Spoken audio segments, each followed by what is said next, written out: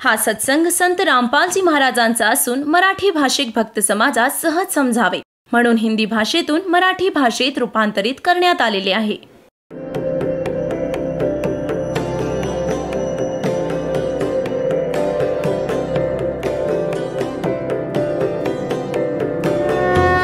और ज्ञान सब ज्ञान डी कबीर ज्ञान सो ज्ञान और जैसे घोड़ा तोब कायम करता चले मैदान. जगद्गुरु तत्वदर्शी संत रामपालजी महाराजांचे अमृत वचन सर्व पवित्र धर्मांच्या व पवित्र शास्त्रांच्या आधारावर. हे पहा श्री विष्णू पुराण, गीता प्रेस गोरखपूरहून प्रकाशित आहे. हे आहे विष्णू पुराण सचित्र हिंदी अनुवाद सहित. यात संस्कृतही सोबत आहे. अनुवाद मुनीलाल गुप्त, गीता प्रेस गोरखपूरहून प्रकाशित आहे. प्रकाशक आणि मुद्रक गीता प्रेस गोरखपूर, गोविंद भवन कार्यालय, कोलकाताचे संस्थान. हा आहे अध्याय नंबर 2 आणि चतुर्थांश आणि 233 पानावर आहे विष्णू पुराण. आता आपण आपल्याला इथे घेऊन येतो 233 पानावर. इथून वाचूया. पूर्वकालीन त्रेतायुगात एका वेळी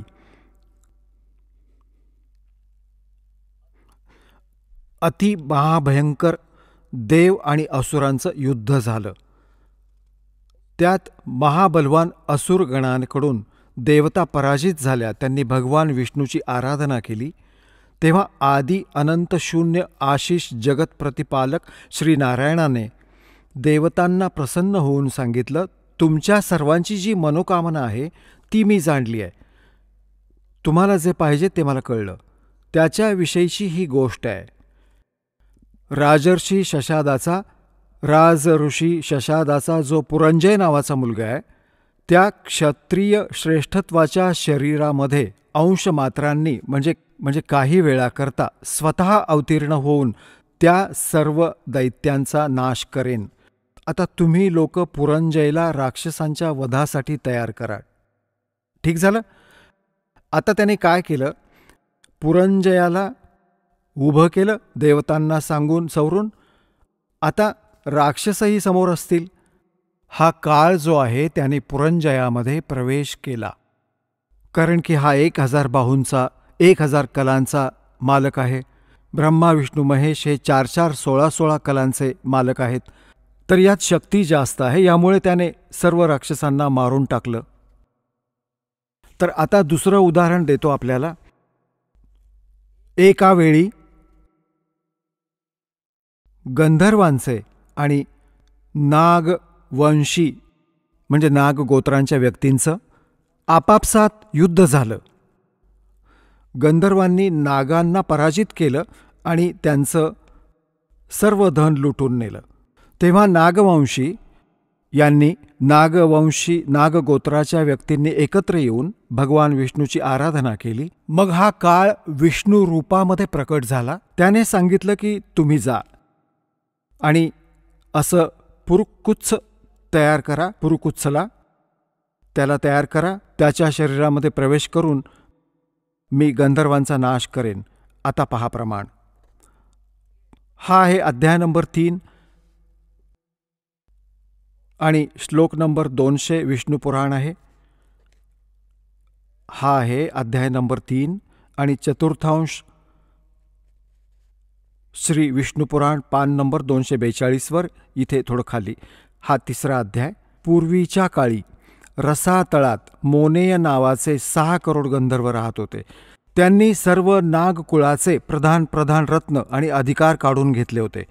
गंधर्वांच्या पराक्रमाने अपमानित होऊन त्या नागेश्वर यांच्याद्वारा स्तुती करून घेतल्यानंतर त्यांच्या ऐकण्याने ज्यांची विकसित कमळासारखे डोळे उघडलेले आहेत, झोपेच्या शेवटी जागृत झालेले जलशाही भगवान सर्व देवेश्वरांना प्रणाम करून त्यांना नागगुणाने सांगितले, भगवान, या गंधर्वांमुळे उत्पन्न झालेले आमचे भय कशा प्रकारे शांत होईल. तेव्हा आदि अनंत रहित भगवान पुरुषोत्तमाने सांगितलं, युवनाश्वचा पुत्र मांधाताचा जो हा पुरुकुत्स नावाचा मुलगा आहे, त्याच्यामध्ये प्रवेश करून मी, स्पष्ट झालं, प्रवेश करून मी त्या संपूर्ण दुष्ट गंधर्वांचा नाश करून टाकेन. झालं स्पष्ट. आता यांचे कर्म अलौकिक असे आहेत. हा सांगतो माझे कर्म दिव्य आहेत. याच प्रकाराने याने श्रीकृष्णामध्ये प्रवेश करून गीतेचं ज्ञान, वेदात असलेलं अधिक आणि युद्धात असलेली आपली अटकळ हे श्रीमद भगवद्गीता नावाचे 18 अध्याय याने सांगितले आणि शेवटी घाबरवून धमकावून विराट रूप धारण करून भयंकर रूप दाखवल्यावर, ज्याला पाहिल्यावर अर्जुन कापायला लागला, अर्जुनासारखा योद्धा, आणि शेवटी घाबरून हो म्हटलं अर्जुनाने, की त्याने विचार केला की याचा उद्देश युद्ध करण्याचा आहे, आणि जर मी नाही म्हटलं आणि याने परत विराट रूप धारण केलं तर मला हार्ट अटॅक येईल. म्हणून याने यात आपलं भलं समजलं की मरायचं तर आहेच मला, युद्ध केलं तर तिथेही मारला जाऊ शकतो, आणि जर याने परत विराट रूप दाखवलं तरीही मारला जाऊ शकतो मी. आणि भगवानाच्या उद्देशाशी तो परिचित झाला होता की याला युद्ध हवं आहे. तर याने सांगितलं की मला सर्व समजलं आहे, आपल्याला जे म्हणायचं आहे ते, मी युद्ध करेन. श्रीकृष्ण युद्ध करवेल. पहिल्यांदा तो तर नको म्हणत होता की नाही तुम्ही युद्ध करू नका, नाश होईल. आणि मग हे काय म्हणतात आमचे धर्मगुरू, की अर्जुन क्षत्रिय धर्माचं पालन करत नव्हता म्हणून भगवानांनी त्याला प्रेरित केलं. अरे श्रीकृष्ण स्वतः क्षत्रिय होता, आणि काल यवनांनी जेव्हा हल्ला केला मथुरेवर, स्वतः भगवान युद्ध सोडून पळून गेले होते. याच कारणाने त्यांना रणछोड भगवान म्हणत होते. त्यातही त्याने, तर त्यावेळी त्यांनी आपल्या क्षत्रिय धर्माचं पालन, त्याग केलं होतं, ज्या कारणाने अनर्थ टळेल, नाश होणार नाही. तर काय ती व्यक्ती मग क्षत्रिय धर्माचं पालन करण्यासाठी नाश करण्याचा सल्ला देऊ शकते? तर पुण्यात्म्यांनो, आपल्याला या सद्ग्रंथांशी स्वतः परिचित व्हायचं आहे. ठीक आहे, यांनी जेवढं ज्ञान दिलं ते त्यांच्या स्तराचं, ते त्यांच्याजवळच राहील. आता आपण सद्ग्रंथांच्या अनुसार साधना करूयात आणि ज्ञान ग्रहण करूयात. आता आपल्याला दाखवतो की श्रीकृष्णजींना तर माहिती नाही की मी काय बोललो होतो गीताजीमध्ये. आता दाखवतो. आता पुण्यात्म्यांनो, महाभारताचं युद्ध झालं, कौरवांचा नाश झाला, पांडव राजगादीवर विराजमान झाले. त्यावेळी श्रीकृष्णाच्या आतून काळ निघून गेला. ओन्ली श्रीकृष्ण विद्यमान होता, प्रेझेंट होता. एक दिवस श्रीकृष्णाने सांगितलं की आता मी परत जातो द्वारकेला आणि तुम्ही तुमचं राज्य करा. अर्जुनने सांगितलं की भगवान तुम्ही आम्हाला काही सत्संग, अध्यात्मज्ञान सांगून जा, कारण की तुम्ही आमचे गुरु आहात. एक सत्संग करून जा. जेव्हा श्रोतागण समोर बसले होते, अर्जुन आणि श्रीकृष्ण तिथे फिरत होते, सत्संगाच्या वेळेची वाट पाहत होते, श्रद्धाळू लोक येत होते. तेव्हा श्रीकृष्णजींना अर्जुन म्हणाला, भगवान कृपया मला तेच ज्ञान ऐकवा जे आपण युद्धादरम्यान मला ऐकवलं होतं, म्हणजे ते गीताजीचं ज्ञान मला ऐकवा. आता मी विसरून गेलो आहे, बुद्धीच्या दोषाने मला लक्षात नाही राहिलं. श्रीकृष्णजी म्हणतात, तू खूप मोठा श्रद्धाहीन आहेस अर्जुन, तू खूप बुद्धिहीन आहेस, तू त्या ज्ञानाला लक्षात का नाही ठेवलंस?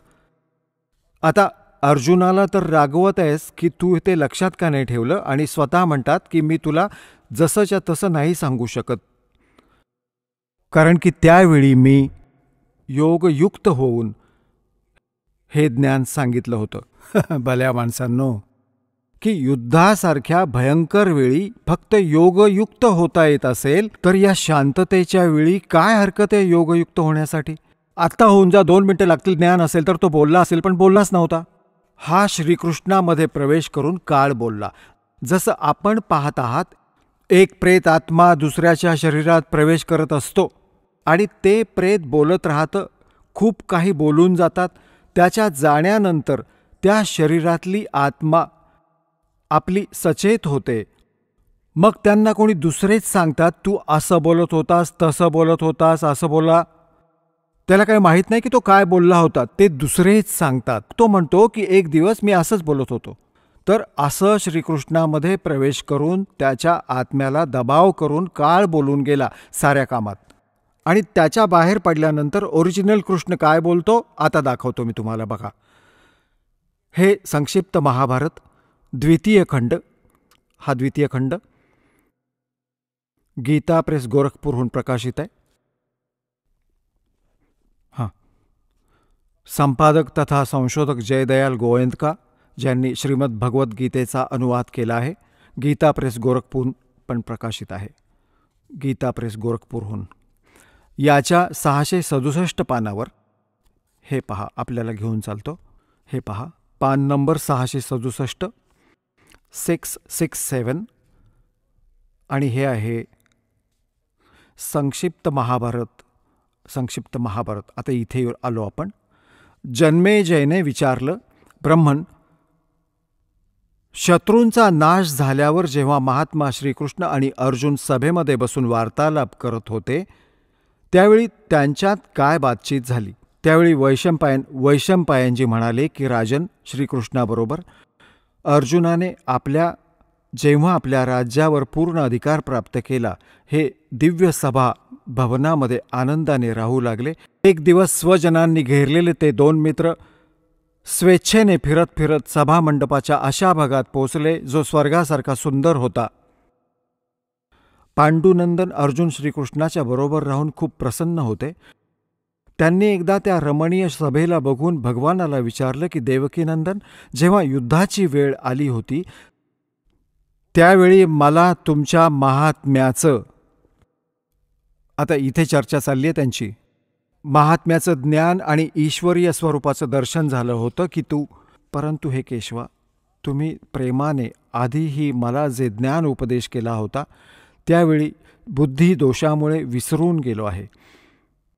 त्या विषयांना म्हणजे गीतेच्या ज्ञानाला ऐकावं यासाठी माझ्या मनात उत्कंठा निर्माण होते. इकडे तर तुम्ही लवकरच द्वारकेला जाणार आहात, तरी पुन्हा ते विषय सगळे मला ऐकवा. वैशंपायनजी म्हणतात, अर्जुनाने असं म्हटल्यानंतर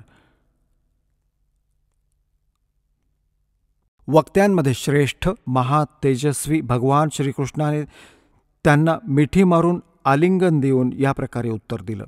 श्रीकृष्ण म्हणाले, अर्जुन, ज्यावेळी मी तुला अतिशय गोपनीय विषयात श्रवण घडवलं होतं, आपल्या स्वरूपभूत धर्म सनातन पुरुषोत्तम तत्वाचा परिचय दिला होता आणि नित्य लोकांचंही वर्णन केलं होतं, परंतु तू तुझ्या असमंजसपणामुळे माझ्या उपदेशाला लक्षात नाही ठेवलं. हे जाणून मला खूप वाईट वाटलं. आता त्या गोष्टींना पूर्ण लक्षात ठेवणं शक्य होईल असं वाटत नाही. पांडुनंदन, निश्चितच तू खूप श्रद्धाहीन आहेस. तुझी बुद्धी चांगली नाही असं वाटतं. आता माझ्यासाठी या उपदेशाला जसंच्या तसं पुन्हा प्रस्तुत करणं अवघड आहे. त्यावेळी योगयुक्त होऊन मी परमात्म तत्वाचं महत्त्वाचं वर्णन केलं होतं.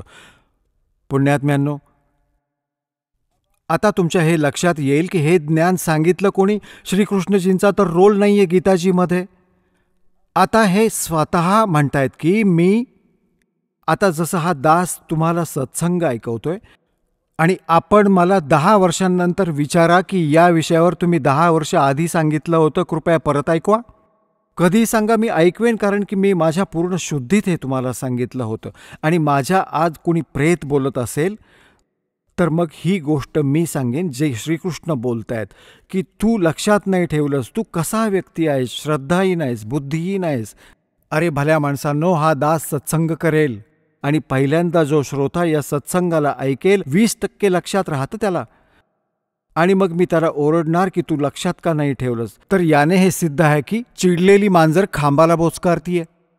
म्हणजे त्याला ज्ञान नाही आहे स्वतःला आणि दुसऱ्याला धमकावतोय की तू लक्षात का नाही ठेवलं, तुझ्यावर काय वीज पडली, तुला काय झालं होतं. आता जेव्हा अशा भयंकर युद्धाच्या वेळी माणूस योगयुक्त होऊ शकतो, इतका शांत आहे, सर्व तऱ्हांनी बिलकुल पीस ऑफ माइंड आहे, आरामात योगयुक्त होऊ शकतो.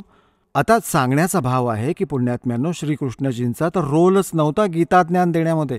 आता श्रीमद भगवद्गीतेचं ज्ञान दिलं कोणी आहे? हे काळाने दिलंय. गीताजी अध्याय नंबर 11 श्लोक नंबर 32 मध्ये श्रीकृष्ण म्हणतात की अर्जुन, मी काळ आहे आणि बघ तुझ्या पुढे, आणि हे माझं वास्तविक रूप आहे. आणि या रूपाचं म्हणजे मी हे जे तुला माझं रूप दाखवलं आहे त्या रूपाचं ना तर कोणाला पहिल्यांदा दर्शन झाले, यापुढे कोणाला होईल. हे तुझ्यावर दया करून मी हे विराट रूप दाखवलंय. पुण्यात्म्यांनो, जर श्रीकृष्ण सांगत असता गीता तर हे शब्द नसते बोलले की हे माझं विराट रूप आहे, आधी कोणी पाहिलं नाहीये. कारण की श्रीकृष्णजी तर आपलं विराट रूप कौरवांच्या सभेमध्ये आधीच दाखवून बसले होते. या विराट आणि त्या विराटामध्ये दिवस रात्रीचं अंतर आहे. पुण्यात्म्यांनो, एकतर 60 वॅटचा बल्ब असेल, ट्यूब असेल, आणि एक असेल 1000 वॉटची, तर किती अंतर आहे? ट्यूब दोन्ही आहेत, परंतु ती 1000 वॉटवाली 60 वॉटपेक्षा वेगळी असते. तर या प्रकारे त्या दोघांनी विराट रूप दाखवली होती, पण त्यात आणि त्यात भिन्नता होती. आणि हे शब्द श्रीकृष्णजी नाही म्हणू शकत की पहिल्यांदा कोणी पाहिलं नाही आणि यापुढे कोणी नाही पाहणार. तर याने सिद्ध होतं की गीता ज्ञानदाता श्रीकृष्ण नाही, त्याच्यामध्ये प्रवेश करून काळ बोलत होता. तो 1000 भुजांचा भगवान आहे, 1000 कलांचा, सहस्त्रबाहू. आता 11व्या अध्यायाच्या 21व्या श्लोकात अर्जुन म्हणतो, हे सहस्त्रबाहू, हे 1000 भुजावाले भगवान, आपल्या त्या चतुर्भुज रूपामध्ये या. कारण की तो श्रीकृष्ण मानत होता त्यांना, आणि श्रीकृष्ण इज विष्णू. विष्णूजी जे आहेत 4 भुजांचे भगवान आहेत. आता या दासाच्या नजरेतून आपल्याला कळेल की श्रीमद भगवद्गीतेचं ज्ञान कोणी सांगितलं. आणि दुसरं अन्य प्रमाण हे आहे की कृष्ण अर्जुनाचे मेहुणे होते. अर्जुनाने लग्न केलं होतं श्रीकृष्णाची बहीण सुभद्रा हिच्याशी. आपल्या मेहुण्यालाही ओळखू नाही शकला तो. श्रीकृष्ण नव्हता तो. श्रीकृष्णाच्या बाहेर पडून काळ असा पाहत होता, भयंकर रूप दाखवलं, आणि श्रीकृष्ण वेगळे उभे राहिले आणि निस्तेज झाले, झाकले गेले त्या तेजात. तेव्हा अर्जुन विचारतो, हे महानुभाव कोण आहात तुम्ही? मी तुम्हाला नाही ओळखलं. तर काय ते श्रीकृष्ण होते? अजूनही खूप सारे पुरावे आहेत की श्रीकृष्णजींनी गीतेचं ज्ञान नाही सांगितलं. श्रीकृष्णजींनी पहिल्यांदा कधी काळ नाही म्हटलं स्वतःला, नंतर कधी काळ नाही म्हटलं. श्रीकृष्णजींजवळ जेवढ्या गायी होत्या, गुराखी गोपाळ होते, गोपिया होत्या, सगळे येऊन प्रेम मिळवत होते, त्यांच्याकडे पाहत होते, निरखून पाहत होते. काय ते काळ असू शकत होते? तर पुण्यात्म्यांनो, श्रीमद भगवद्गीतेचं ज्ञान या क्षरपुरुष ब्रह्मनी दिलं, जो ब्रह्मा विष्णू महेश यांचा पिता आहे. यालाच आमचे धर्मगुरू, यालाच परमब्रह्म म्हणतात. या काळाला की हा मूर्तीरहित आहे, या आकारात आला तर सदाशिव बनला, ब्रह्माजी सांगतात. आणि मग याने आपल्या शरीरातून एक स्त्री काढली, आपल्या शरीरातून वेगळी, आपल्या श्रीअंगातून वेगळी होणार नव्हती. ती कोण होती? ती दुर्गा होती. परमेश्वराने काढली होती या काळाच्या पोटातून, जे तुम्हाला सृष्टी रचनेमध्ये खूप वेळा सांगितलं आणि दाखवलं. तर हे श्री शिवपुराण, त्यामध्ये तुम्ही पाहता रुद्रसंहितेमध्ये तुम्हाला कालही दाखवलं होतं आणि अजूनही दाखवतं वेळ आल्यावर. तर यात स्पष्ट आहे की श्री दुर्गाजींकडून आणि श्री शिव म्हणजे या काळरूपी भगवानापासून विष्णूजींची उत्पत्ती झाली, या दोन्हींच्या सृष्टिक्रमाने, आणि अशीच ब्रह्माजींची उत्पत्ती झाली. आणि मग विद्वेश्वर संहितेमध्ये आपण पाहिलं 5. मुळात हा बोलणारा वेगळा आहे आणि शिव, ब्रह्मा, विष्णू आणि रुद्र या चौघांना हा उपदेश देतो आहे. तर हा कालरूपी ब्रह्मदेव आहे, याने गीता ज्ञान सांगितलं आणि याने आपली स्थिती सांगितली की तुझे आणि माझे खूप जन्म होऊन गेलेत अर्जुन, तू नाही जाणत, मी जाणतो. आणि म्हणून परम अक्षर ब्रह्म 18व्या अध्यायाच्या 62व्या श्लोकात याने सांगितलं, जर तुला पूर्ण मोक्ष पाहिजे, परम शांती पाहिजे, तर त्या परम अक्षर ब्रह्मला शरण जा. त्याच्या कृपेने तू परम शांतीला आणि सनातन परमधामाला प्राप्त होशील. आणि हा त्याच्यासाठी ऑप्शन सोडला की तू तत्वदर्शी संतांचा शोध घे, ते संत जसे सांगतील तशी तू भक्ती कर, तुझं पूर्ण कल्याण होईल. बोलो सतगुरुदेव.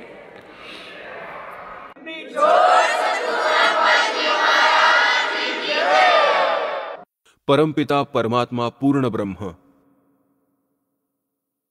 सर्व सृष्टीच्या रचनकर्त्या कबीर भगवानाने आम्हा सर्व मनुष्य प्राण्यांवर एक विशेष कृपा केली आहे. त्यांनी स्वतः येऊन आम्हाला हे ज्ञान दिलं आहे की आम्ही जन्माला का येत आहोत आणि का मरत आहोत. ज्या संपत्ती आणि ज्या मुलाबाळांना सुरक्षित ठेवण्यासाठी आम्ही दिवसरात्र प्रयत्नशील राहतो आणि आमच्या डोळ्यासमोर ते सगळं नष्ट होतं. आता हा काय प्रकार आहे. पुण्यात्मांनो, आम्हाला हे कोणी ज्ञान देणारा नव्हता. ज्या कारणामुळे आम्हाला त्याचा काही पर्याय दिसला नाही, आम्ही हे फायनल मानलं की जन्म आणि मृत्यू होणारच. आत्म्याला जाणीव होतीये, कारण की एक प्रश्नवाचक चिन्ह आजपर्यंत कोणापासूनही हटलं नाही की आम्ही का मरतो, का जन्माला येतो. आम्ही किती चांगला परिवार निर्माण करतो, त्यांच्यामध्ये किती चांगलं प्रेम असतं, मोह असतो, लगाव असतो, आणि एका सेकंदात ते सगळं विखरून जातं. आणि या विषयात आम्ही चिंतेत पडतो आणि विचार करतो की हे सगळ्यांच्याच बाबतीत घडतंय. ही एक परंपरा मानली आम्ही की असं तर होणारच होणार, पण हे काम तर करतच राहा. कोणतं काम करत राहा? कोठी बनवा, बंगला बनवा, मोठी कार घ्या आणि मरून जावा. हे कोणतं काम होतं? ह्या सर्व आमच्या आयुष्यात घटना घडत आहेत, तुम्ही रोज पाहत आहात. कोणत्या ना कोणत्या गावात, कोणत्या ना कोणत्या घरात आपल्या स्वतःला सुद्धा असा अनुभव येतो की खूप अशा घटनांनाही आम्ही सामोरे गेलेलो आहोत. पण हे सर्व का घडतंय? तर त्यासाठीच परमात्मा स्वतः येऊन आम्हाला ज्ञान देतो की तुम्ही या चुकीच्या लोकांमध्ये आलेला आहात. जन्म आणि मृत्यूच्या रोगापासून वाचण्याची जी पद्धत आहे, जो विधी आहे, ती वास्तविक भक्ती आहे, जी परमात्मा स्वतःच येऊन सांगतो. आणि त्यासाठी ते स्वतः सशरीर तिथून येतात, जिथे ते राहतात. तर परमात्मा आम्हाला त्याची आठवण करून देतात की तुम्ही थोडं मागे आणि थोडं भविष्यात डोकावून पहा. तुम्ही तुमच्या वर्तमान काळातच अडकून पडला आहात. जेव्हा आपण आपल्या भूतकाळात डोकावतो, मागे पाहतो, तेव्हा काय सांगतात परमात्मा? तेव्हा स्वतः येऊन त्यांच्या लाडक्या गरीब दासाला परमात्मा काय ज्ञान सांगतात? भाई आग गए ना बावडे. आगे म्हणजे जे आधी गेलेले आहेत. आगे गए ना बावड़े, ये रहते भी सब जाही, बिन साहिब की बंदगी कहीं ठोर ठिकाना नाही. आमचे दादे परदादे गेले, त्यांचं कुठं नामोनिशाण नाही. आता ते न जाणो कोणत्या प्राण्याच्या रूपात काय दुःख भोगत असतील. आणि ते अशी आशा धरून बसले होते की त्यांचं कुळ पुढे चाललं पाहिजे. त्यांचं कुळ पण पुढे चाललं, पण त्यांना काय मिळालं? आणि त्यांच्या आधीचं सारं कुळ कुठे गेलं? सगळे मेलेत. कुठं त्यांचा काही नामोनिशाण नाही. तर इथे परमात्मा सांगतात आम्हाला समजावण्यासाठी, क्या मांगो कुछ थिर न रहाई, ये देखत नैन चला जग जाई. 1 लख पूत 1.25 लख नाती, उस रावण कै दीवान बाती. तुम्ही एक अपत्य प्राप्त करून जरी खुशी वाटली 2 दिवस, परमात्मा तर सांगतात रावणाचे तर 1,00,000 पुत्र होते, 1,00,000. पण आज त्याच्या नावाने दिवा लावायला सुद्धा कोणी नाही. त्याचा नामोनिशाण, त्याचं कुळ सगळं समाप्त, आणि रावण पण समाप्त, आणि राज्य सुद्धा गेलं. तर आम्हाला परमात्मा याची आठवण करून देतायत. हे तर तुम्हाला त्याची आठवण करून देतायत की आधी म्हणजे मागे जे काही घडून गेलंय त्याची ही दशा अशी आहे. वर्तमानात तर तुम्ही पाहतच आहात, इथे कोणीही प्राणी सुखी नाही, आणि सगळ्यांची आशा इच्छा असते की मी करोडपती बनावं, मोठं श्रीमंत व्हावं, मोठा बंगला बांधावा, एक कार घ्यावी, जगात मला मान असावा. कारण आम्ही एवढाच अभ्यास केलाय आत्तापर्यंत. तर परमात्मा सांगतायत की हे सगळं जरी झालं, असे खूप आहेत की ज्यांच्याकडे खूप बंगले आहेत. त्यांच्या पूर्वजन्मीच्या पुण्याईनुसार त्यांच्याकडे मोठमोठ्या गाड्या असतील, संपत्ती पण खूप आहे. पण तुम्ही पाहतच आहात की एका क्षणात न जाणो कोणाचा मृत्यू होईल. मोठे मोठे शेठ आपल्याच हेलिकॉप्टरमध्ये मरण पावतात एखाद्या अपघातामध्ये. पुढे काय होणार? पुढे परमात्मा आपल्याला सतर्क करतात. फिर पीछे तू पशुआ कीजे गद्दा बैल बनाई, और ये 56 भोग कहाँ मन बोरे, कहीं कुर्डी चरने जाई. आता यावर आमचा विश्वास बसत नाही, कारण सगळ्या सुविधा आहेत, आणि मनात अशी धारणा करून ठेवली आहे काळ भगवानने, ते काम करायचंय, हे काम करायचंय, हे करायचं राहिलंय, ते करायचं राहिलंय. चला, तरी ही पण काळाचीच प्रेरणा आहे. काळाने आपल्याला विवश करून ठेवलंय. एवढी कामं तुमची कडेला लावलीत, आणि ती कशासाठी? या एका पोटासाठी, एक उदरनिर्वाहासाठी, या शरीराला सुरक्षित ठेवण्यासाठी. घर बनवायचं आहे, कपडे घालायचे आहेत, जेवण करायचं आहे, आणि हे सगळं कशासाठी? तर हे शरीर सुरक्षित ठेवण्यासाठी आहे की ते ठीकठाक चालू राहील. पण ह्याचा काही भरोसा नाही की केव्हा वीज पडेल आणि कोणत्या कारणानं अंत होईल. तर इथे परमात्मा म्हणतात, कबीर ये तन जाएगा सके तो ठहर ला, एक सेवा कर सतगुरु की और गोविंद के गुण गा. की हे शरीर तर तुमचं एक दिवस जाईलच, आणि तुझ्या मनुष्य जीवनाचे कितीही संस्कार पूर्ण झाले असले तरी त्याच्या येण्याने क्षणात नष्ट होतील, भले तुझं काम कितीही राहिलेलं असो. त्यावेळी असं नाही पाहिलं जाणार की तुझ्या मुलाचं लग्न करायचं राहिलं, तुझ्या मुलीचं लग्न करायचं राहिलं, हे नाही पाहणार. एक भक्त सांगत होता की माझ्या मामाच्या 5-6 मुली होत्या, आणि आमच्या समाजामध्ये मुलींना एक स्वतःवरच अशी एक चुकीची भावना थोपून अभिशाप मानलंय. त्यांच्या हुंड्यामध्ये माहीत नाही काय काय खर्च करावा लागतो, ज्या कारणामुळे तो म्हणतोय की माझी मामी घाबरून गेली होती. 3ही मुलींचा विवाह एकत्रच ठेवला होता. ज्यांच्या घरी खूप मुली आहेत ते म्हणणार एकाच खर्चात सगळं उरकून जाईल, सगळं ठीकठाक होऊन जाईल. आता ज्याच्या 3 मुलींचं लग्न असेल त्याच्या डोक्यावर किती बर्डन असेल. तो जात कुठेतरी असेल आणि विचार दुसराच करत असेल.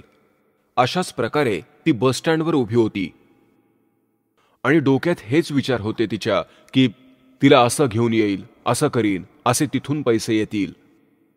इतक्यात ड्रायव्हर बस मागे घेत होता, आणि बस चुकीची मागे आली, आणि ती माता बस स्टँडच्या पिलर आणि पोल आणि बसच्या मध्ये लागलं. तिचं लक्ष गेलं नाही, कारण ती वेगळाच विचार करत होती. तिथंच मरण पावली. तर परमात्मा सांगतात की हे शरीर जेव्हा तुझी वेळ येईल, एक श्वास तुला ज्यादा मिळणार नाही. यानंतर एक पर्याय सांगतात परमात्मा. कबीर ये तन जाएगा सके तो ठाहरला, एक सेवा कर सतगुरु की. आणि मग जसं त्यांनी सांगितलंय त्या आधारे भक्ती कर, गोविंदाचे गुण गा. थारचा अर्थ होतो सपोर्ट. तर परमात्मा सांगतात की हे मनुष्य जीवन जे आहे त्याची वेळ आली की संपणार आणि तुमची सगळी कामं तिथं तशीच राहतील. ह्यापासून वाचण्यासाठी तुम्ही परमात्म्याच्या नावाचा, सच्च्या गुरुचा आधार घ्यायला हवा. तो आधार मिळाल्यानंतर तुमचं जीवन एक्सटेंड होऊन जाईल आणि तेही समर्थ परमात्मा. कबीर भगवानाच्या शरणमध्ये आल्यानंतर त्याला आधार मिळेल. आणि ना कोणी ब्रह्माजी, न विष्णूजी, न शिवजी, न ब्रह्म, न परब्रह्म ते तुमचं आयुष्य एक्सटेंड करू शकत नाहीत. तर इथे परमात्मा सांगतात, कबीर ये तन जावेगा और सके तो ठाहरला. मग तो पाठिंबा सांगितलाय. तर कोणता पाठिंबा? एक सेवा कर सतगुरु की और गोविंद के गुण गा. तर परमात्म्याने स्वतः येऊन हे ज्ञान दिलंय की जो विशेष पाठिंबा आहे, जो विशेष आधार आहे, ज्याने परमात्मा आपली मदत करतात. स्वतः होऊनच या मार्गाचा अवलंब करून, आपलं करून जन्मभर निर्वाह कराल. तुमचं अंतिम जीवन आहे माणसाचं, कायमसाठी सुखी होऊन जाल आणि सतलोकांमध्ये जाल, जिथे कधी मृत्यू नाही, कोणताही रोग नाही, कोणतीही वृद्ध अवस्था नाही. ती अशीच सृष्टी आहे जशी इथे आहे. हे डुप्लिकेट आहे, ते ओरिजिनल आहे. तुमचा तिथेही असाच परिवार बनणार, सदा सुखी राहणार, विमानामधून जाणार. प्रत्येक प्राण्याचं तिथे स्वतःचं वैयक्तिक विमान आहे, वैयक्तिक मोठमोठ्या बागा आणि मोठमोठे बंगले आहेत. तर पुण्यात्मांनो, परमात्म्याला मिळवणं खूप सोपं आहे. अज्ञानामुळे आमच्या धर्मगुरूंनी ते खूप कठीण बनवून ठेवलं होतं. आमचे सद्ग्रंथ सांगतात साधासा मार्ग आहे, अगदी सिंपल, साधारणसा मार्ग आहे, रस्ता आहे, साधना आहे. परमात्म्याच्या नावाचा जप करायचा आहे. नाम जपामुळे मोक्ष मिळेल. त्याच्या सहयोगी क्रिया आहेत. हे 5 यज्ञ आहेत, ते तुम्ही पण करायचे आहेत. एवढंच काम आहे. आपल्या संसारामध्ये पण जशी ज्याला सेवा देवाने दिली आहे त्याला पण करत राहा आणि तुम्ही सफल व्हाल. जेव्हा आम्ही महादुःखी होतो भक्ती न करून, आणि आम्हाला जोपर्यंत सुख वाटत असतं आमचं पुण्य चालू असतं, जेव्हा पुण्य संपून जातं तेव्हा आमच्यावर दुःखाचा डोंगर कोसळत असतो. तर तेव्हा तो राजा का असेना, तो परमात्म्याला शरण जाण्याचा विचार करतो. त्याला माहितीये की परमात्मा एक परमशक्ती आहे, तो दुःखीला सुखी बनवतो. आणि जर तुम्ही आधीच देवाला शरण गेलेले असाल तर दुःख असणारच नाही. जोपर्यंत आम्ही कबीर देवाला शरण जात नाही तोपर्यंत आम्हाला प्रारब्धात असेल ते मिळतं. म्हणजेच आम्हाला पूर्वजन्मातलं चांगलं आणि वाईटाचं फळ मिळत राहतं. आणि जेव्हा आम्ही कबीर परमेश्वराच्या शरणमध्ये त्यांच्या कृपेच्या मार्गाने जातो, मग पाप कर्म आम्हाला प्रभावित करत नाहीत. आमचं केवळ पुण्यकर्मच फळाला येतं. आणि नशिबात एखादं वाईट कर्म आम्हाला हानी करणारा असेल तर ते पण परमात्मा समाप्त करून टाकतो. म्हणून तर आम्ही देवाला शोधत असतो. म्हणून तर आम्ही देवाचा शोध घेत असतो की आम्हाला काही कष्ट ना पडावेत. आणि भक्ती पण करतोय आणि कष्ट जसेच्या तसे येत आहेत. मग एकतर ती भक्ती ठीक नाही, भगवान पूर्ण नाही, किंवा तुमच्या भक्तीमध्ये काही त्रुटी आहे. या 3 कारणांमुळेच आम्हाला दुःख मिळतं. तर सांगायचं तात्पर्य असं आहे की परमात्मा स्वतः येऊन ज्ञान देतात. आणि तुमचं सौभाग्य आहे की आपण तर आधीच देवाच्या शरणमध्ये आला आहात. जेव्हा आम्ही देवाला शरण गेलेले असतो तेव्हा आमची घरातली कामंही आधीपेक्षा सुरळीत होतात, कारण आम्ही दुःखी मनानं देवाकडे सुख मागायला जातो. आता तर मग दुःख होणारच नाही.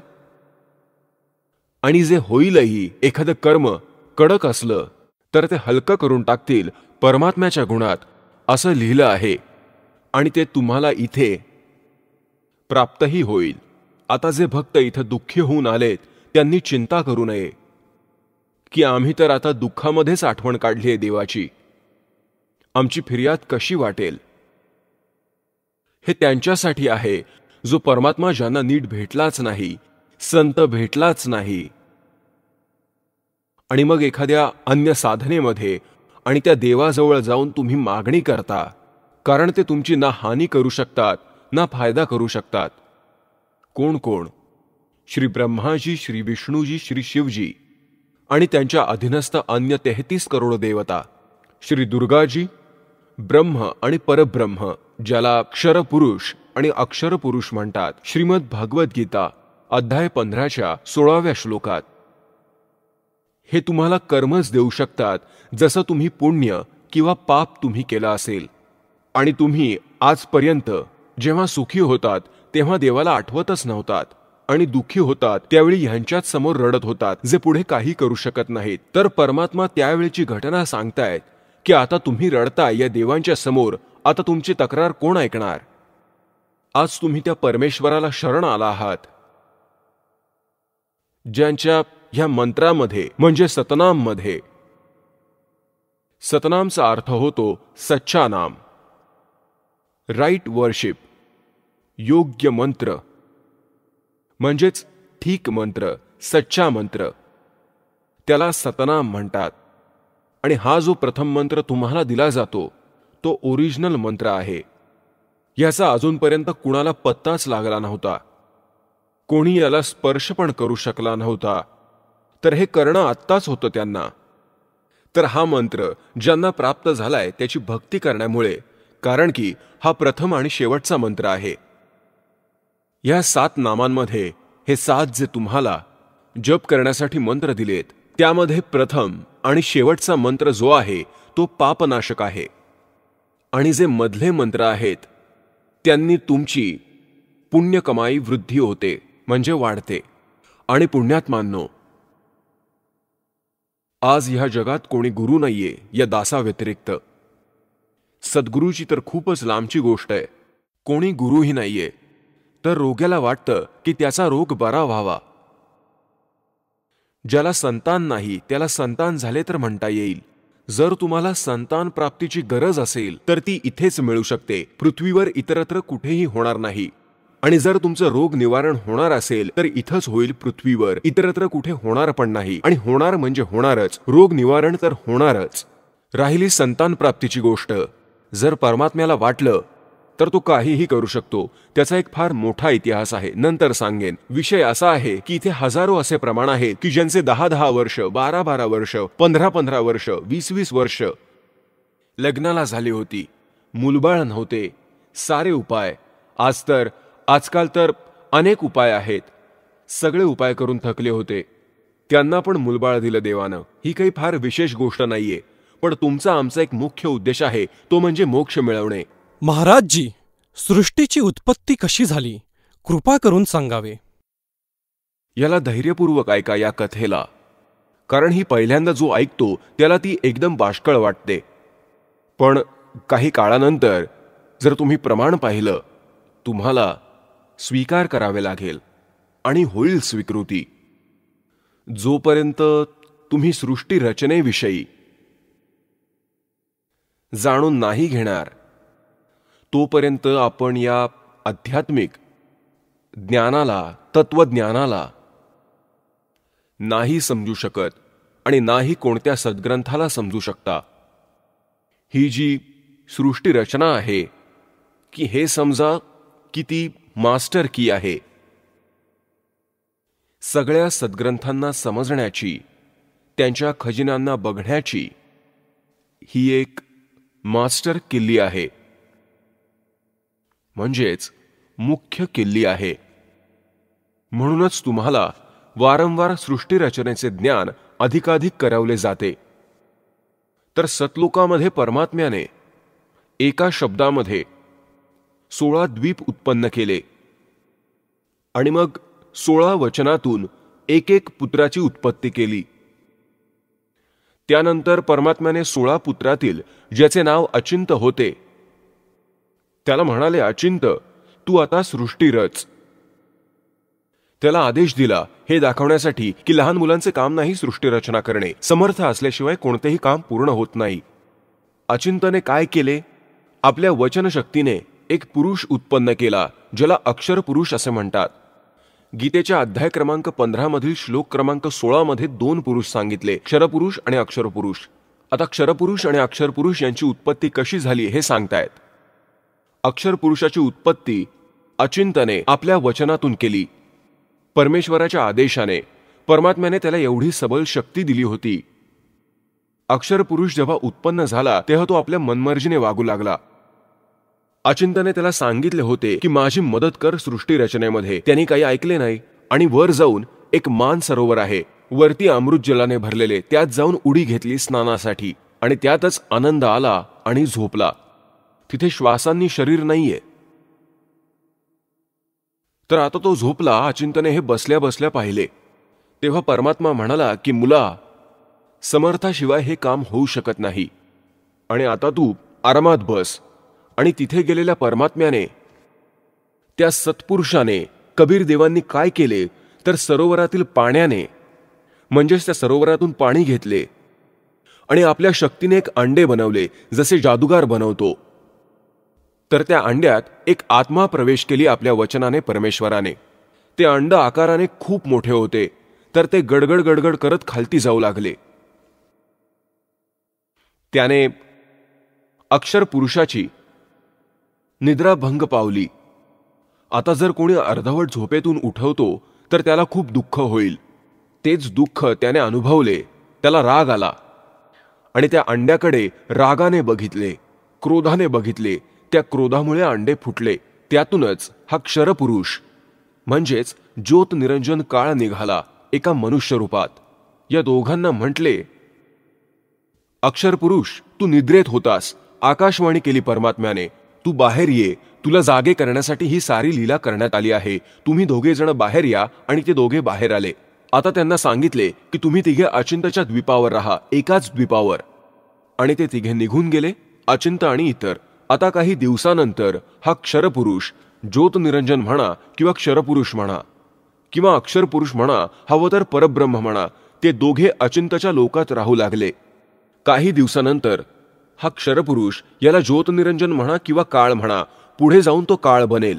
तर या क्षरपुरुषाने विचार केला की आपण तिघे तर एकाच द्वीपावर आणि अन्य आपले भाऊ प्रत्येकी एका द्वीपावर. त्यानंतर परमात्म्याने काय केले तर आपली सर्वांची उत्पत्ती केली. जितके आपण आज इथे किडे, मुंग्या, हत्ती, मनुष्य, राजे, देवदेवता जे कोणी आहेत त्या सर्वांची उत्पत्ती करून आणि सतलोकात सगळ्यांना वेगवेगळे स्थान दिले की तुम्ही राहा थाटात.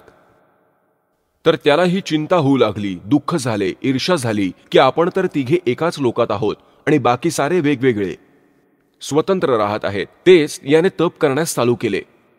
70 युगे तप केल्यानंतर प्रभूने विचारले की तुला काय हवंय. परमेश्वराने विचारले की तुझी काय इच्छा आहे. त्याने सांगितले की हे पिता, हे परमपिता, माझ्यासाठी स्थान कमी पडते आहे, मला कुठले वेगळे दुसरे स्थान दे. तेव्हा परमेश्वराने त्याला 21 ब्रह्मांडे दिली. जसे कोणी धनी पिता आपल्या मुलाला 21 प्लॉट देऊन टाकतो. आता हे घे 21 प्लॉट. तिथे तो गेला आणि राहू लागला आणि त्याने बघितले की ते सारे रिकामे होते. त्याने विचार केला की काही बांधकाम करूयात. त्याने 70 युगे तप पुन्हा केले. आपण कसे फसलो या काळाच्या बरोबर, कसे आलो इतक्या घाणेरड्या लोकात. आपण तिथे चूक केली होती. आपल्या पित्याने आपल्याला सर्व सुविधा दिल्या होत्या, काहीच असुविधा नव्हती कोणत्याही प्रकारची. आपण अजरामर होतो. आपण सदैव तरुण होतो. आपले परिवार होते तिथे, गटच्या गट परिवार होते. सतलोकात सृष्टी आहे, अशीच आहे, पण तिथे हंस आत्मा आहेत. तिथे मृत्यू नाही होत, म्हातारपण येत नाही, सदाबहार वृक्ष असतात, कसला राग नाही, द्वेष नाही, भावाभावांच्या वाटण्या नाहीत, भांडणे नाहीत. तर तिथे सृष्टी आहे, ॲज इट इज आहे. भगवंत मनुष्य सदृश्य आहे. त्याच्या एक एक रोमकोपात करोडो चंद्रमान एवढा प्रकाश आहे. तिथून तो हलक्या तेजपुंजाचे रूप घेऊन इथे येतो. वेद पण सांगतात आणि 600 वर्षांपूर्वी परमात्म्याने ही महिमा स्वतः सांगून ठेवलेली आहे.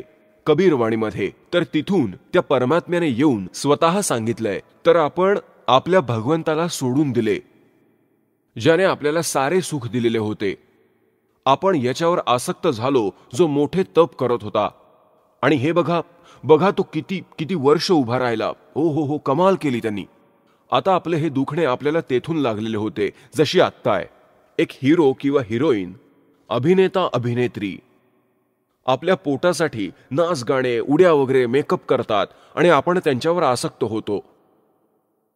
इथे एक बरवालामध्ये किंवा हिसारमध्ये कोणी ऍक्टर आला, नेता अभिनेता आला, आणि बघा तरुण मुले किंवा मुलींची मोठी रांग लागेल. हजारोंच्या संख्येत गोळा होतील आणि लांबून बघतील की तो उभा आहे, उभी आहे.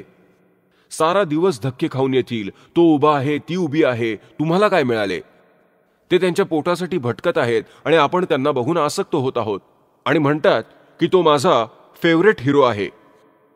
याच फेवरेटांनी तर मारलंय. तर हा आपला फेवरेट हिरो झाला सतलोकामध्ये. आणि परमात्म्याने आकाशवाणी केली की मुलांनो, की तुम्ही याला बघू नका, मस्त रहा, भक्ती करा, चैनीत रहा. याचे कर्म ठीक नाहीये हे. परमात्म्याने याला मनाई केली होती, पण हे मानलं नाही. आणि आपल्यालाही मनाई केली होती की तिकडे ध्यान देऊ नका, मस्त रहा. आपण करून तर सावध झालो, पण आतून ती इच्छा गेली नाही. याच्या प्रती तर आपण एकदम फिट झालो, आकर्षित झालो. आतून एक इच्छा बनली जबरदस्त. ते तर अंतर्यामी सगळे जाणतात. जेव्हा याने दुसऱ्यांदा परत तप केले तेव्हा विचारले की काय मागणं आहे तुझं? तर तेव्हा याने सांगितले की प्रभू मला काही बांधकाम साहित्य द्या, म्हणजे मी काही रचना करू शकेन. परमात्म्याने 5 तत्व आणि 3 गुण दिले की हे घे बाळा, खेळ या खेळण्यांशी. याने विचार केलाही की हे पण बनवतो, पण जीव नाही तर मी काय करणार? मला आत्माही हवाय, माझं मन नाही लागणार. त्याने 64 युगे परत तप केले. तेव्हा प्रभूने विचारले की काय मागतोस, बोल. तू जे काही मागितलंस ते मी सारं दिलं. तेव्हा हा मला म्हणाला की मला काही जीव द्या, आत्मा द्या प्रभू. आता परमेश्वर म्हणाले की हे आत्मा मी तुला नाही देऊ शकत, काहीही झाले तरी. अजून तुला प्लॉट हवे असतील तर देतो, ब्रह्मांड हवे असतील तर देतो, पण मी हे नाही देऊ शकत, कारण हे आत्मा आहेत, माझ्या वचनातून उत्पन्न झालेले आहेत, माझे हृदय आहेत, हे माझा आत्मा आहे. हे नाही देऊ शकत. पण एक अट आहे, जर कोणी स्वतःच्या इच्छेने तुझ्याकडे जाऊ पाहतो तर नक्कीच जाऊ शकतो. जा विचार त्यांना. तर तो आपल्याकडे आला. जेवढे आपण सारे इथे अडकलोय, आपल्याला विचारले की माझ्याबरोबर तुम्ही येणार का? मी वेगळे तप करून माझे असे वेगळे राज्य प्राप्त केले आहे, तिथे आपण असे राहू, देव बनवेन, महादेव बनवेन, दुधाची नदी वाहवेन. आता तिथे काय कमी होती आपल्याला? पण बुद्धी भ्रष्ट झाली होती. आपण बोललो ठीक आहे, पिता आज्ञा देतील तर आम्ही तुमच्याबरोबर येऊ. आता त्याने परमेश्वर कबीर देवांना म्हटले काळाने की हे पिताजी, की काही आत्मा माझ्याबरोबर येण्यास सज्ज आहेत. परमेश्वराने म्हटले की माझ्यासमोर त्यांना होकार दे. परमेश्वर आले तिथून स्वतः आणि आपल्यासमोर येऊन उभे राहिले. परमेश्वर म्हणाले की बोला बाबांनो, कोणाला जायचंय ह्याच्याबरोबर? हात वर करा. तर आता परमात्म्याने तर पहिले आपल्याला मनाई केली होती की याच्यावर आसक्त होऊ नका. शर्मिंदे झालो, माना खाली गेल्या, कोणीच बोललं नाही, शांतता पसरली. तेव्हा परमेश्वर म्हणाले, अरे तुम्ही तर सांगत होता, तू तर सांगत होता की खूप सारे माझ्याबरोबर येत आहेत, यातलं तर कोणी बोलतच नाही. खोटं बोलत होतास तू. इतक्यातच एका आत्म्याने विचार केला की कुठे गोष्ट बिघडू नये, हिम्मत करून उभा राहिला आणि उभं राहून बोलला की प्रभू मला जायची इच्छा आहे याच्याबरोबर. आणि मग पाठोपाठ आपण साऱ्यांनी विचार केला की एकानं केलं तर आपण करून बघू. बघता बघता जसं शाळेमध्ये एका मुलाने हात वर केला की सगळे करतात ना की मी मी मी, तर आपण सारे उभे राहिलो. दोन्ही हात वर करून आम्हाला जायचे असे म्हणायला लागलो. तर परमेश्वराने म्हटले की ठीक आहे.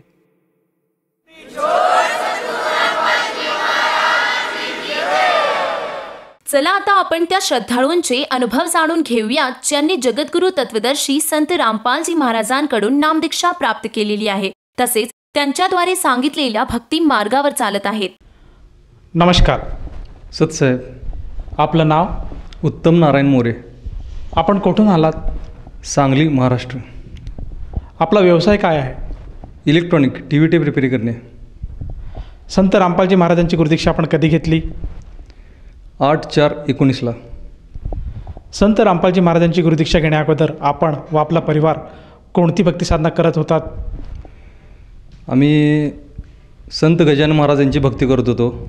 वर्षातनं एकदा शेगावला जात होतो आणि वर्षातून 2 वेळा घरी महाप्रसाद असायचा. सुरुवातीला फार चांगलं वाटलं, पण पुन्हा पुन्हा परिस्थिती खराब होत गेली. सुरुवातीला 500-550 लोकांचा महाप्रसाद करत होतो आम्ही. चांगला मेनू ठेवत होतो, पण त्यानंतर परिस्थिती खालवल्यानंतर 100-150 लोकांचा महाप्रसाद करायची पण ऐपत नाही राहिली. त्यानंतर गणपती बसवत होतो 5-7 दिवसांचा आणि इष्टदेव जे आहेत ते चिंचणी मायाका इकडं पण वर्षातून एकदा जायचं, 2दा जायचं. शिखर शिंगणापूरचे महादेव ते सुद्धा आमचं इष्टदैवत होतं. त्यांनासुद्धा वर्षातून एकदा गेलंच पाहिजे आणि किमान घरातला एकतरी व्यक्ती जातच होता. असे देवांची भक्ती आम्ही चालूच ठेवत होतो. सर, जसं तुम्ही सांगत आहात की संत रामपालजी महाराजांच्या शरणात येण्या अगोदर आपण खास करून गजानन महाराज यांचे साधक होतात. त्याचप्रमाणे जे आपले ग्रामदेवक आहेत आणि जे काही आपले कुलदैवत आहेत त्यांचीसुद्धा आपण साधना करत होतात. तर ह्या सगळ्या साधना करत असताना आपल्याला असं का जाणवलं की आपण संत रामपालजी महाराजांची नामदीक्षा घ्यावी आणि आपण त्यांच्या शरणात कसे काय आलात? सगळ्याच देवांच्यावरून विश्वास उडलेला खरं, पण माझ्या बायकोनं संत रामपालजी महाराजांची दीक्षा घेतली होती आणि मला तर हे पटत नव्हतं. पण त्यांच्या भक्तिपंथातल्या एका व्यक्तीनं मला सांगितलं की त्यावेळेला मी खूप आजारी होतो, 1 महिना नामदीक्षा घ्या म्हणलेत, बघा म्हणले काय फरक पडला तर ठीक आहे, नाही तर सोडून द्या. मी ठीक आहे म्हणलं आणि संत रामपालजी महाराज यांच्याकडून मी दीक्षा घेतली. जसं तुम्ही सांगत आहात की आपण आजारी होतात आणि आपल्याला संत रामपालजी महाराजांच्या अनुयायांनी सांगितलं की आपण संत रामपालजी महाराजांची नामदीक्षा घ्यावी जेणेकरून आपला आजार हा दूर होईल. तर त्या अनुषंगाने आपण संत रामपालजी महाराजांची नामदीक्षा घेतली. तर मला असं विचारायचं आहे की जेव्हा आपण सद्गुरू संत रामपालजी महाराजांची नामदीक्षा घेतली त्यानंतर जी काय आपल्याला व्याधी होती ती दूर झाली का? आणि त्या व्यतिरिक्तसुद्धा आपल्याला संत रामपालजी महाराजांच्या सद्भक्तीमुळे अन्य काही लाभ प्राप्त झालेत का? व्याधी हळूहळू दूर झालीच माझी. सर्वप्रथम माझं जे तंबाखू गुटखा मावा जे मी खात होतो ती काय केल्यानं माझं व्यसन जात नव्हतं. सगळ्यात मोठा लाभ म्हणजे माझे हे व्यसन दूर झालं. कमीत कमी 30 वर्ष मी गुटखा मावा तंबाखू खात होतो आणि हे व्यसन पहिल्यांदा सगळ्यात मोठा लाभ म्हणजे मला हा झाला की हे व्यसन सुटलं. व्यसन ज्यावेळेला मी नामदीक्षा घेतली तर त्यावेळेला मला तंबाखू खाल्ल्यानंतर ती माती खाल्ल्यासारखी लागालेली. मी एका दुकानातनं दुसऱ्या दुकानातनं तिसऱ्या दुकानात जाऊन तंबाखू घेतली, खाल्ली, पण ती माती खाल्ल्यासारखी लागालेली. पुन्हा मी 20 रुपयाचा मावा घेतला, तो काय मला चव लागला नाही. पुन्हा मी 30 रुपयाचा मावा घेतला, तो पण काय मला चव लागला नाही. पण मी पुन्हा 50चा मावा घेतला तरीसुद्धा मला ते बेचव लागायला लागलं. माझ्या लक्षात आलं की आपण आता हे सोडलेलंच बरं.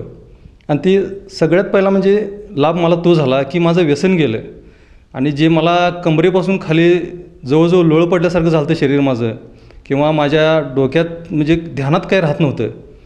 दुकान मी बंद करून निवांत फिरत होतो. माझं इलेक्ट्रॉनिकचं दुकान मी बंद करून फिरत होतो, कारण कोणाकडे ॲडव्हान्स घेतला, कोणाचं काय रिपेरी करायचं आहे आणि हा फॉल्ट काय आहे, पहिला मी फॉल्ट हा काढलेला आणि आता का निघत नाही असं होत होतं मला. शेवटी सगळंच बंद केलं आणि निवांत फिरत होतो मी.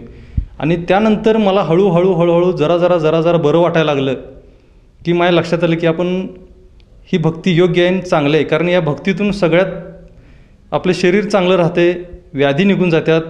आणि तिसरा लाभ म्हणजे जे करणेधरणीचे जे प्रकार आहेत ते अजिबात आपल्या जवळसुद्धा थांबत नाहीत. ज्या लोकांनी केलं आहे त्यांना फिरून त्यांच्याच पाठिंबा लागल्यासारखं होते आणि हा आपल्याला मोठा लाभ होते. सर, जसं तुम्ही सांगत आहात की संत रामपालजी महाराजांची नामदीक्षा घेतल्यानंतर आपण जे काही तंबाखू, त्याच्यानंतर गुटखा आणि मावा या गोष्टीचं सेवन केलं, परंतु संत रामपालजी महाराजांच्या सद्भक्तीत सर्वप्रथम हा नियम आहे की आपण कुठल्याही प्रकारचं व्यसन करायचं नाही आणि जो कोणी व्यक्ती व्यसन करत असेल त्याला सहयोगसुद्धा करायचं नाही. असं असताना आपण हे व्यसन कसं काय केलं? एक प्रकारे मी त्यावेळेला परमात्माची परीक्षाच घेतली की खरोखर या भक्तीत ताकद आहे का. तर ते खाल्ल्यानंतर मला जवळजवळ सगळं माती खाल्ल्यासारखंच लागायला लागलं आहे. त्यामुळे माझ्या लक्षात आलं की ह्या भक्तीत खूप ताकद आहे आणि त्यानंतर मी ते कधी खाल्लं नाही आणि पुनरुपदेश घेतला मी. त्यानंतर चूक झाली की पुन्हा असं करणार नाही. पुनरुपदेश दिल्यानंतर पुन्हा मला लाभ माझ्या चांगल्या पद्धतीने चालू झाले आणि आज तोही दिवस आहे आणि आजचाही दिवस आहे.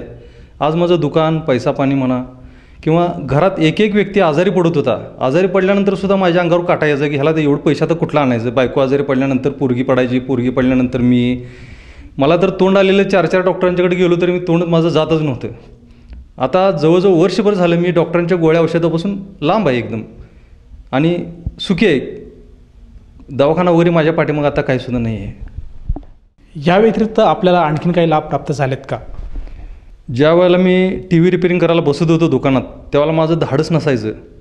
पण आज TV रिपेअरिंग करतो आहे, फॉल्ट निघतो आहे. काय वेळेला असं वाटतं की हा रिपेअर झाला की नाही कोणास ठाऊक, चालतो आहे की नाही कोणास ठाऊक.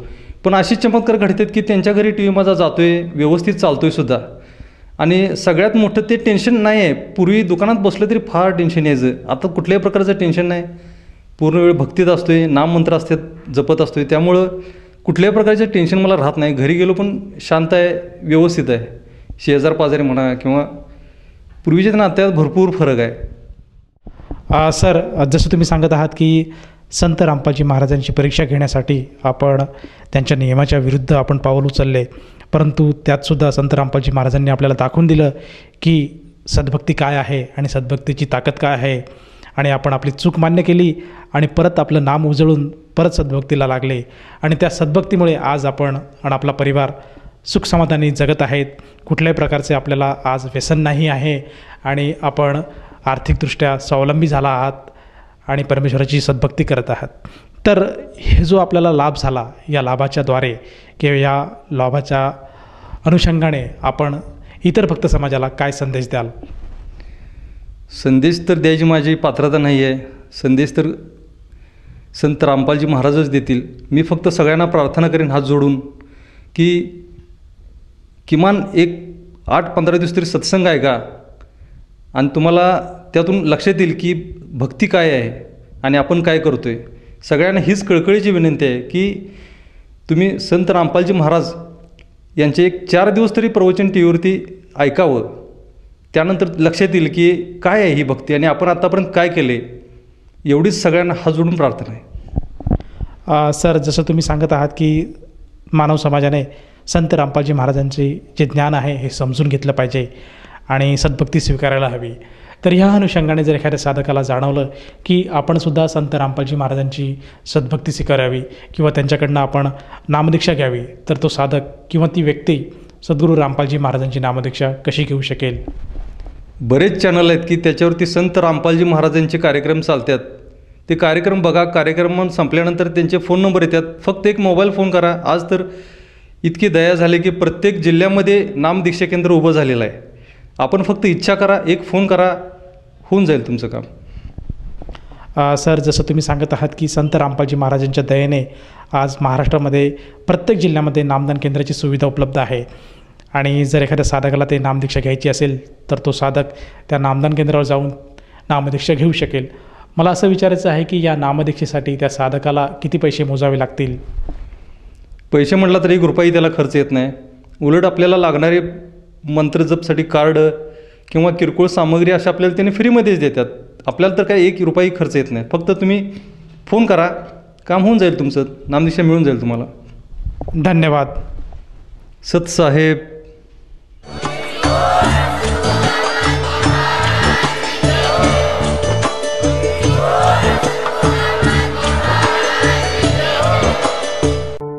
आपण ऐकत होता जगद्गुरु तत्वदर्शी संत रामपालजी महाराजांचे मंगल प्रवचन.